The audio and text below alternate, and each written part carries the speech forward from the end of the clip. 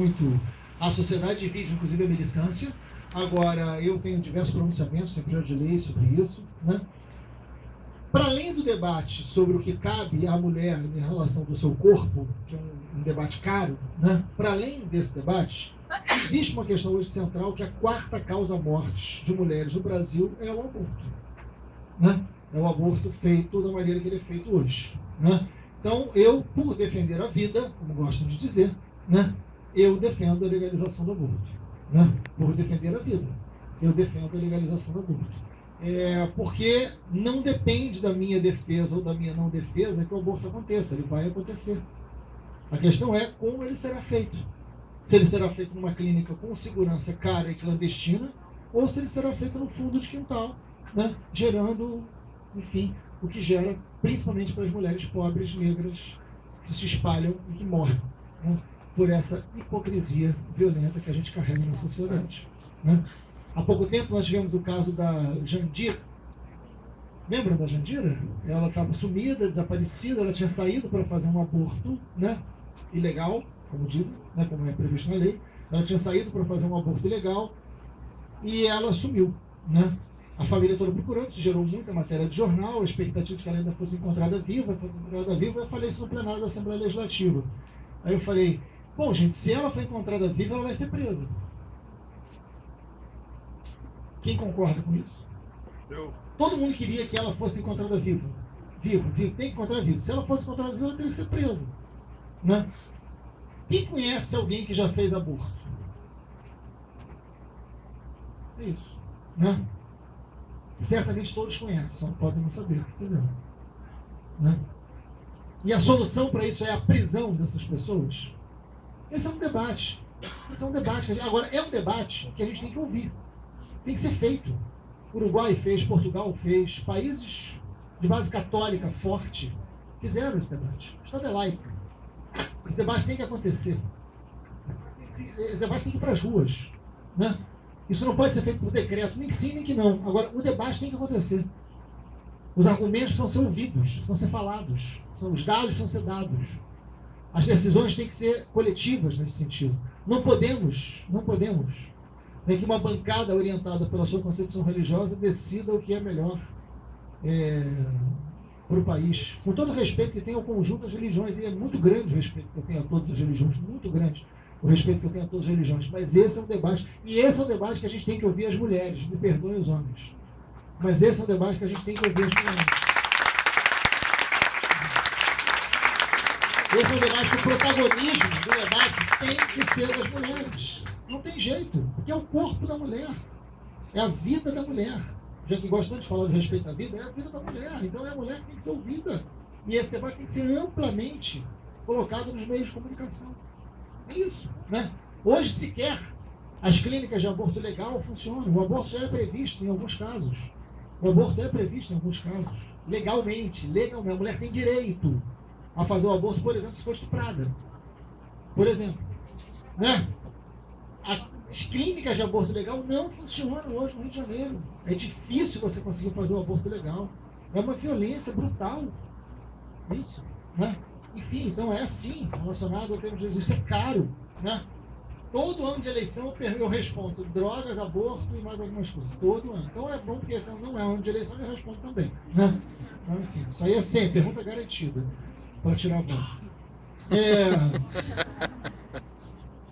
Enfim, pode tirar voto, não pode tirar a decência da nossa opinião, né? Mas vamos lá. Sobre o Estatuto da Criança e do Adolescente, o uso de armas da PM. Eu presidi uma outra CPI que não ficou tão conhecida quanto a CPI das milícias, que foi a CPI do tráfico de armas e munição.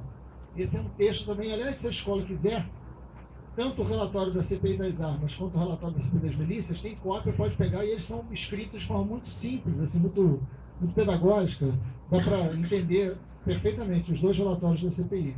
É legal ter na escola, quem quiser consultar, copiar, é um bom relatório, né? Os dois são bons.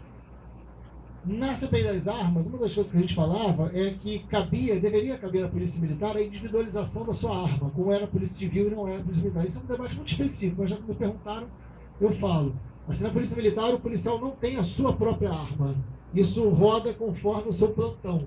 Isso dificulta muito o controle sobre a arma na corporação da Polícia Militar, que é muito maior do que a Polícia Civil. A Polícia Civil não, cada policial tem a sua arma, o seu número, o controle da instituição, obviamente, é muito mais fácil. A gente defende que a mesma coisa seja feita em relação à Polícia Militar. Né? Deveria ser feito, porque o controle passaria a ser muito maior. Além de outras medidas que a gente ali também propõe no relatório da CPI das armas. Né? Ao contrário do que o Beltrame diz, eu não acho que o nosso maior problema seja da fronteira. O fronteirismo é o maior descontrole dos paióis públicos, o descontrole da venda legal das armas. Isso a gente provou na CPI do tráfico de armas, que foi em 2010, agora, recentemente.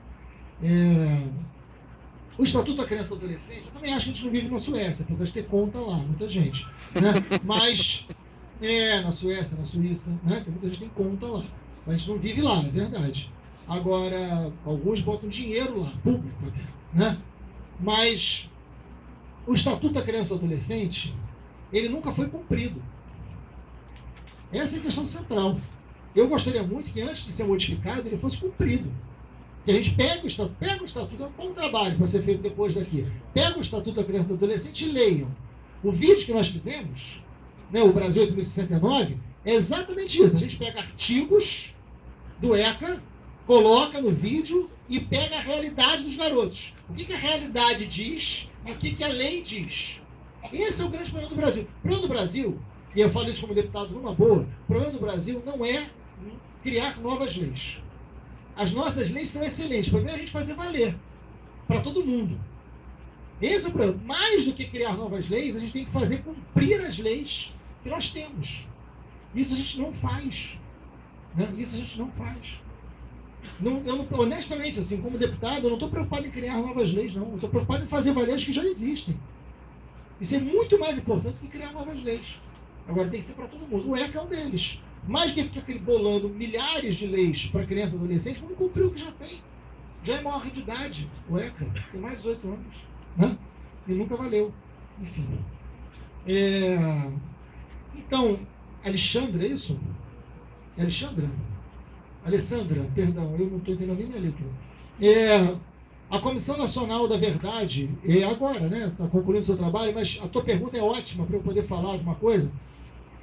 Essa semana teve uma reunião no meu gabinete e a gente está junto com a Secretaria Nacional de Direitos Humanos promovendo um trabalho aqui no Rio de Janeiro. Eu sou presidente da Comissão de Direitos Humanos da Assembleia Legislativa. Nós vamos criar, se tudo der certo, né? Nós vamos criar uma subcomissão para um estudo sobre a questão do direito à verdade dos crimes da democracia. Dos crimes da democracia. Então a ideia é pegar a experiência da Comissão da Verdade dos tempos da ditadura e trazer para os tempos da democracia. Produzindo um relatório, um documento, enfim, é isso. Porque a gente vive hoje, o número de desaparecidos hoje é maior do que o número de desaparecidos da época da ditadura militar. Civil, militar, por mais incrível que possa parecer, só ano passado no Rio de Janeiro foram 6 mil. Né? Então a gente precisa investigar os crimes da democracia, a gente precisa dar voz a essas populações vulneráveis dos crimes da democracia, né? Para o bem da democracia. E acho que a Assembleia vai fazer. A gente já está em operação, já tem grupo, já fazendo, já está elaborando. É provável que em breve, assim, daqui a um mês, a gente já tenha uma subcomissão sobre isso funcionando na LERJ. Tá?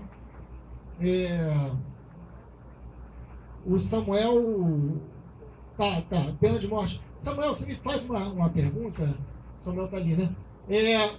Eu acho muito interessante sempre. A pena de morte não existe no Brasil, né? Mas, se você pegar, assim, o conjunto de países que tem pena de morte oficial, o Estado decide quem vive e quem morre, né? E somar todos eles, quantas pessoas foram mortas pelos estados que têm, isso não vai dar o número de pessoas mortas pelo Estado brasileiro. Isso é assustador. Vocês entenderam o que eu falei? Todos os países do mundo que têm pena de morte, quantas pessoas foram executadas legalmente? Estou discutindo a questão ética, legalmente. Isso não dá o número de pessoas que o Estado brasileiro matou sem ter pena de morte. Então, assim, nós não temos a pena de morte. Mas a nossa realidade e a nossa, para voltar à origem da nossa conversa, a nossa visão da tradição é tão forte, que a possibilidade de decidir sobre a vida ou sobre a morte de alguém já está dada ao Estado. Depende de quem é, a cor que ele tem e o lugar onde isso acontece. Essa autorização já está dada pela visão da tradição. Só que tem um problema. Quando você entrega nas mãos de uma força do Estado a decisão sobre se você morre ou se você vive, você dá também a essa força a capacidade de negociar a sua vida. E aí, dá para entender? Porque se o Estado pode decidir se você vive ou morre, porque você é negro, é pobre e mora numa periferia, o Estado pode também negociar a sua vida. E ela passa a ser dona do mercado a que a sua vida pertence. Isso é muito grave.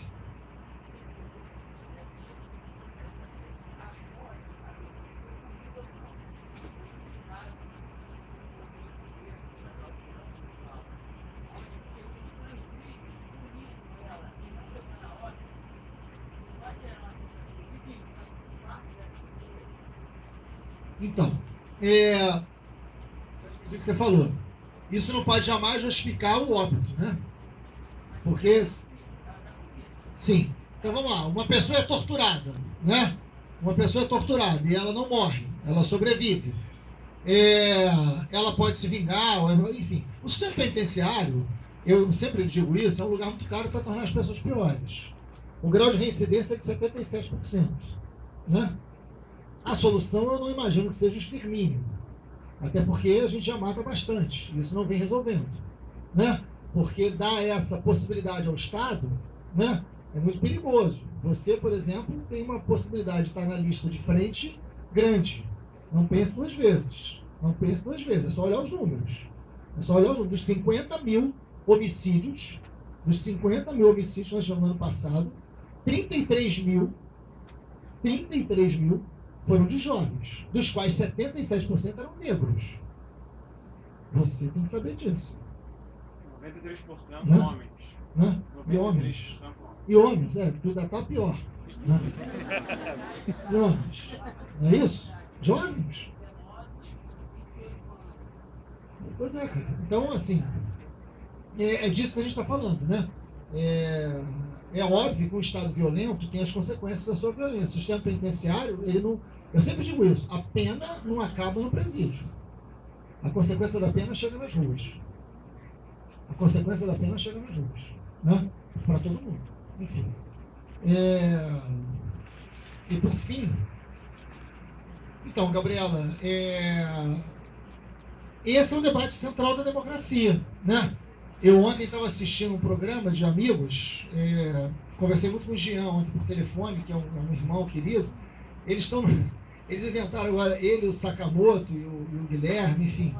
Eles fizeram um programa que eu dava muita risada, que é o Havana Connection, né? Que é uma brincadeira com Manhattan Connection, né? E eu dava muita risada, porque o programa é ótimo, né?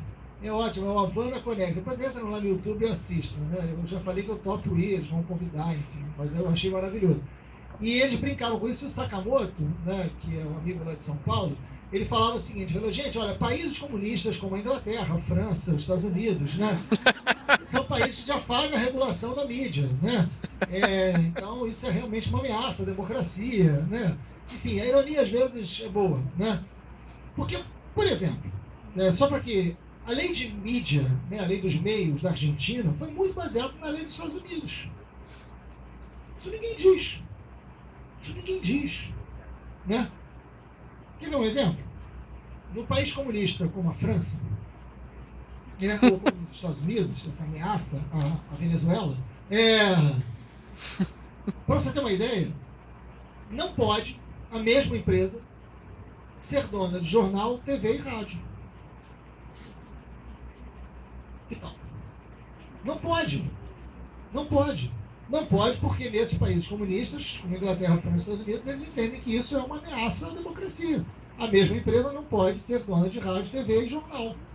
Aqui pode. Né? Porque aqui a gente tem um paraíso da liberdade, de empresa, não de imprensa. Né? Esse é um debate crucial para a democracia. É claro que quando se faz esse debate, você mexe com interesses muito fortes. E tem uma capa da ideia de que você está propondo a censura. Não. Existe responsabilidade social, são concessões. As TVs, né? São concessões. Então pode o cara ir para a TV dizer que estuprou uma mãe de santo e isso não tem nenhum problema. Isso é em nome da democracia. Isso é em nome da liberdade de expressão. Né? O cara pode ser homofóbico e proclamar violência sobre um determinado segmento da sociedade, porque isso é garantidor da liberdade de expressão. Não há nenhuma responsabilidade social, não há nenhuma questão que possa ser debatida nesse sentido. Né? Não há nenhuma possibilidade de dividir, por exemplo, os tempos, né, entre concessões privadas, concessões públicas e concessões comunitárias, por exemplo, para que seja mais democrático e expressivo o direito à comunicação. A comunicação tem que ser vista como um direito. Né? Isso muda completamente, e não como negócio. Antes de ser um negócio, a comunicação é um direito, e tem que ser reafirmada assim. Tá? Enfim.